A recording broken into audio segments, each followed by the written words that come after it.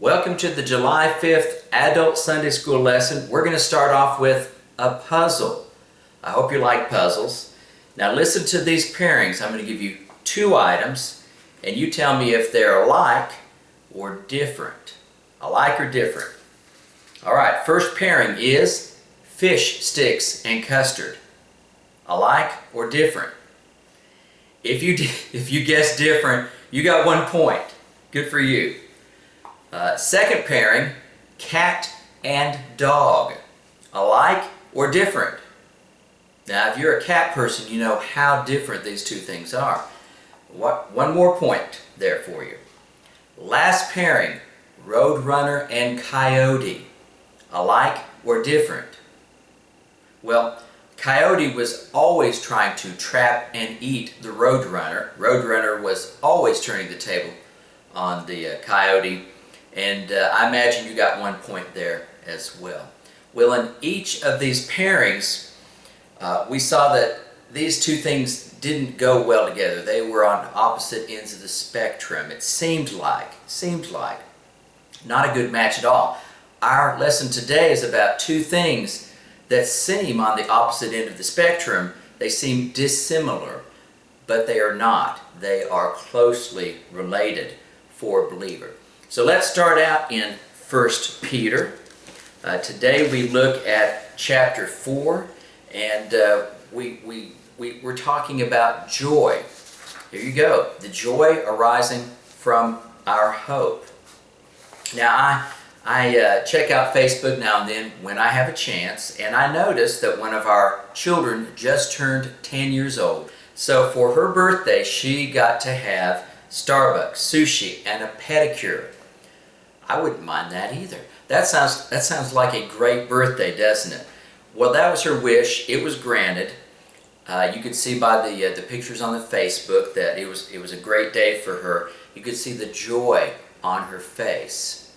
So think about that. Joy, things that bring us joy.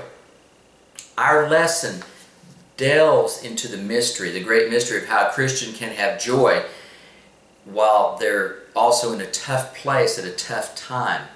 And we have an example in our book about Joni Eareckson Tada, whom I remember back in the 70s and 80s. She was in a diving accident. She dove. I think she hit her neck or head on a rock in the water, and she was paralyzed. All 4 of her limbs were paralyzed. So she lost her mobility. What she did, she became a speaker. And she was a painter. She would hold that stylus in her mouth and paint with it.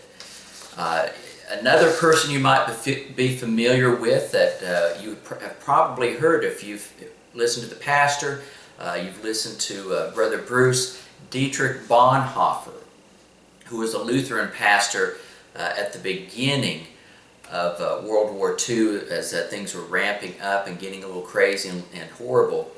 He spoke out against Hitler, and he paid the ultimate price. Like Paul, he was in prison, and he wrote some letters to people just like Paul. And his family and his friends, they took those poems, those essays, those letters, and they put them into a book called Letters and Papers from Prison. And I want to read to you just two things, two big events that was in his confinement that he reflected on. This first one was Easter Sunday. He wrote on Easter Sunday, April 25th, 1943. He writes, "I do so want you to know that I'm having a happy Easter in spite of everything. One of the great advantages of Good Friday and Easter Day is that they take us out of ourselves and make us think of other things, of life and its meaning, of its suffering and its events. It gives us much to hope for." Now, Bonhoeffer was given 30 minutes to exercise outside. I mean, he was inside the rest of the time. And he also had access to newspapers, books, and his Bible, which was a great comfort to him. And so he wrote, "There is a lot to be thankful for." This is a guy who's looking at death. He knows what he has done could lead to death. Also, there's a wedding that he was going to miss because he was in prison. And he reflected on that. He said, "It is when life goes hard that we particularly want to see the real joys of life." unimpaired. And a wedding is certainly one of those things. And he recalled he called this a lovely poem or a lovely song from a guy named Hugo Wolf. Overnight come joy and sorrow, both are gone before tomorrow. Back to God to let him know how you've borne them here below. And he ended with this comment, this section right here. He says, it all turns upon that how, far more than anything that happens to you from the outside. It allays all the anxieties about the future which so often torment us. Well, with these examples in mind, and there's probably some you know of as well that would be just as good, let's read the passages and see what it is that we need to understand and then apply. So we have 1 Peter chapter 4. Therefore, since Christ suffered in the flesh, arm yourselves also with the same understanding. Because the one who has suffered in the flesh is finished with sin, in order to live the remaining time in the flesh, no longer for human desires, but for God's will. Arm yourselves. Isn't that a great picture in your mind? Arm yourselves with the same understanding. Now, usually if you're going to arm yourself, it's for battle, it's to take on something, maybe a bear or a foe. But arm yourselves with the same understanding. So this is another thing, another pairing that doesn't seem to be close together. It seems to be at odds. You've got my human desire and you've got God's will. How many times has your human desire went the opposite way of God's will? Instead, those things should match up, shouldn't they? Now, here's a question for you. Are all your desires bad? Well, maybe you have children or grandchildren, or you raised them. As you raised your children, did you want the very best for them? Did you want a good mate for your child? Did you pray for a good mate for your child? What about this? Do you want to have a good experience in worship? To feel like you've actually felt the presence of God? Those aren't bad desires in themselves, but when our human desires don't align themselves with God's will, then those are bad desires. Those good desires have crossed a line somewhere, and they have become something that is taking God's place. Anything that takes God's place is wrong. We know that. Those are called idols. So the Son of God, who is God, became man, and we read in Philippians 2, verses 7 and 8, rather he, Jesus, made himself nothing by taking the very nature of a servant, being made in human likeness, and being found in the appearance as a man, he humbled and became obedient to death, even death on a cross. So you see right there, Jesus has desires with the human flesh on him. He knows what it's like to be hungry. He knows what it's like to feel pain. He knows what it's like to feel disappointed, hated.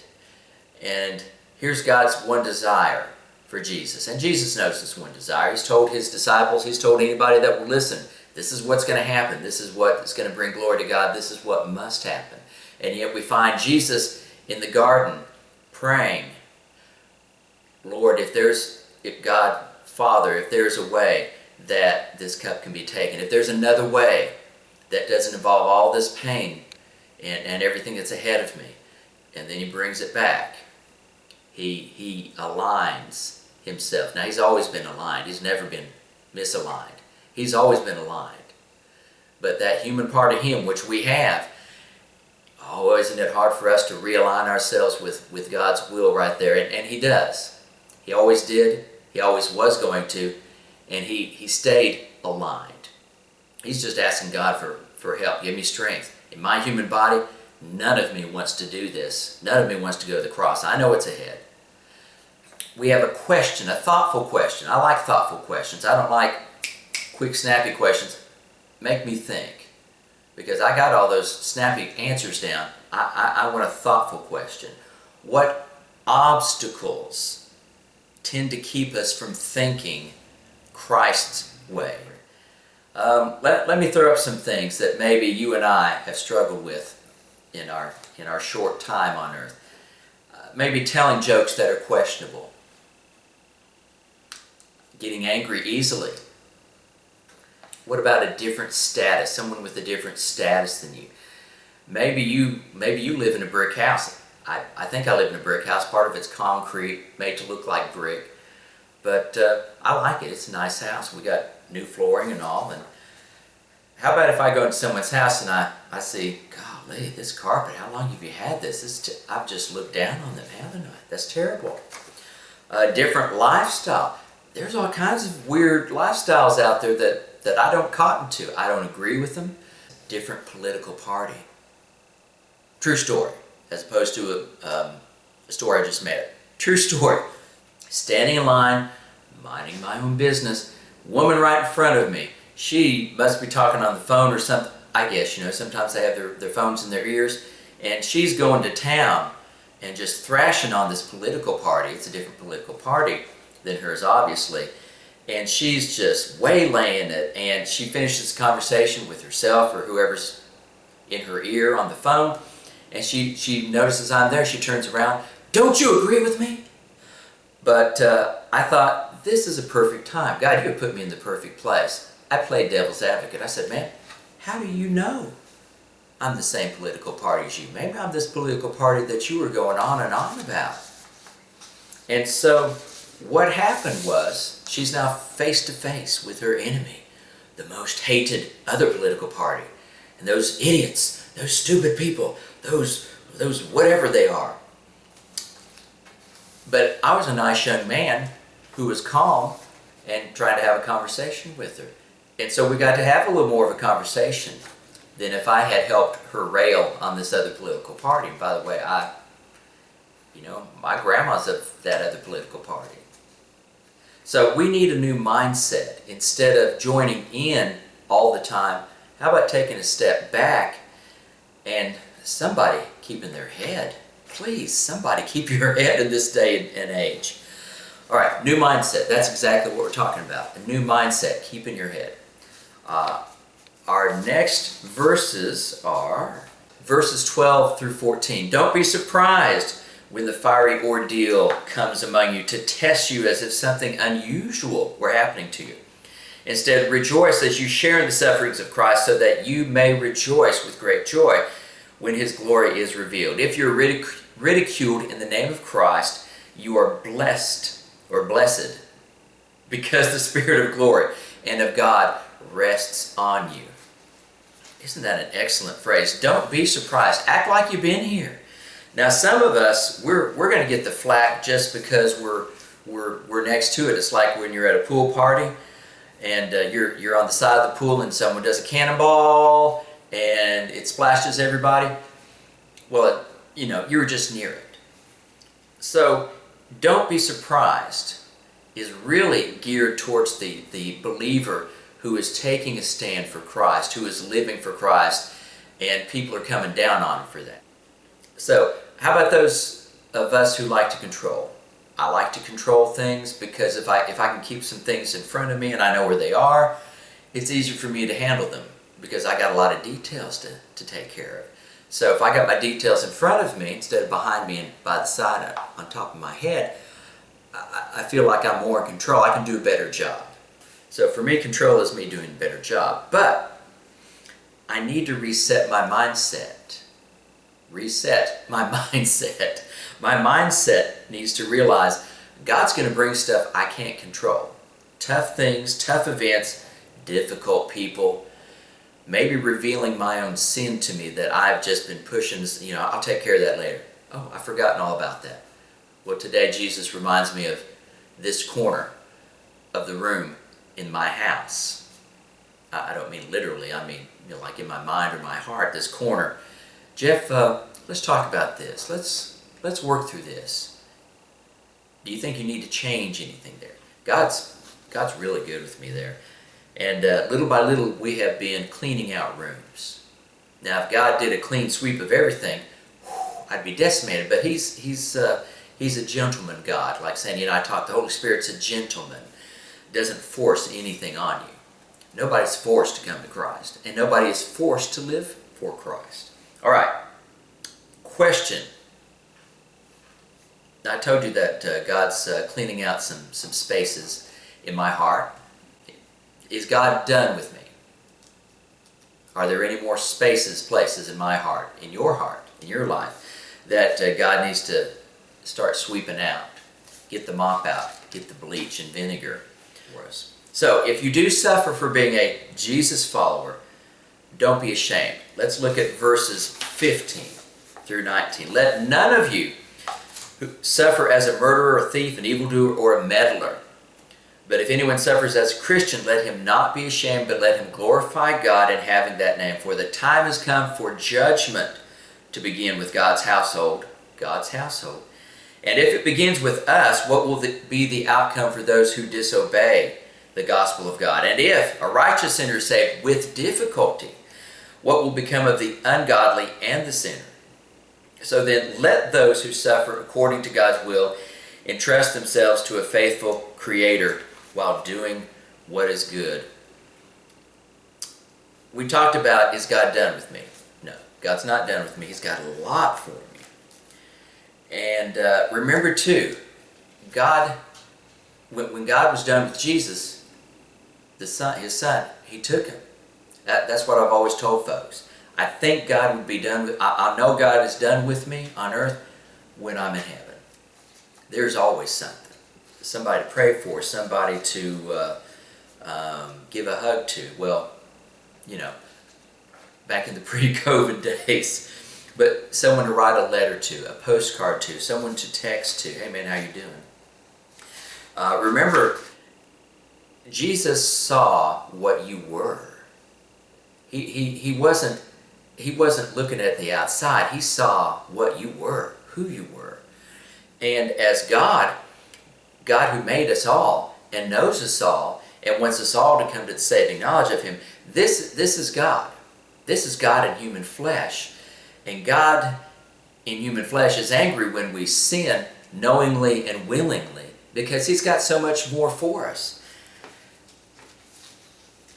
He told His all-Jewish audience, I think He was in church, at Nazareth He was in church, He told His all-Jewish audience that God was going to bring the gospel, basically, grace. God was going to bring His grace to non-Jews. And non-Jews were going to be able to find a way into heaven. This angered them so much, they stampeded Him towards a cliff to throw Him off the cliff and kill Jesus. It obviously didn't happen. There were other times that He gave grace and favor to Roman soldiers. Our pastors preached on that recently.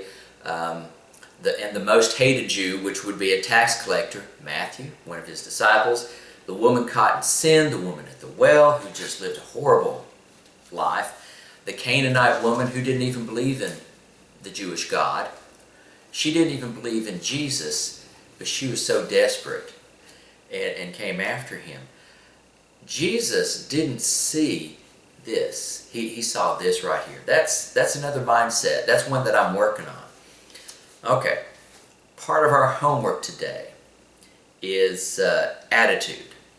For me, and these are for me, I'm working on me, attitude, my attitude. Choose to be thankful, to be joyful, because God hasn't forgotten you. He hasn't forgotten me. He's working. He's always working. Remember, Jesus said, I am working, always working to this day. My Father and I are always working. We're still working. I love that. He's never quit working.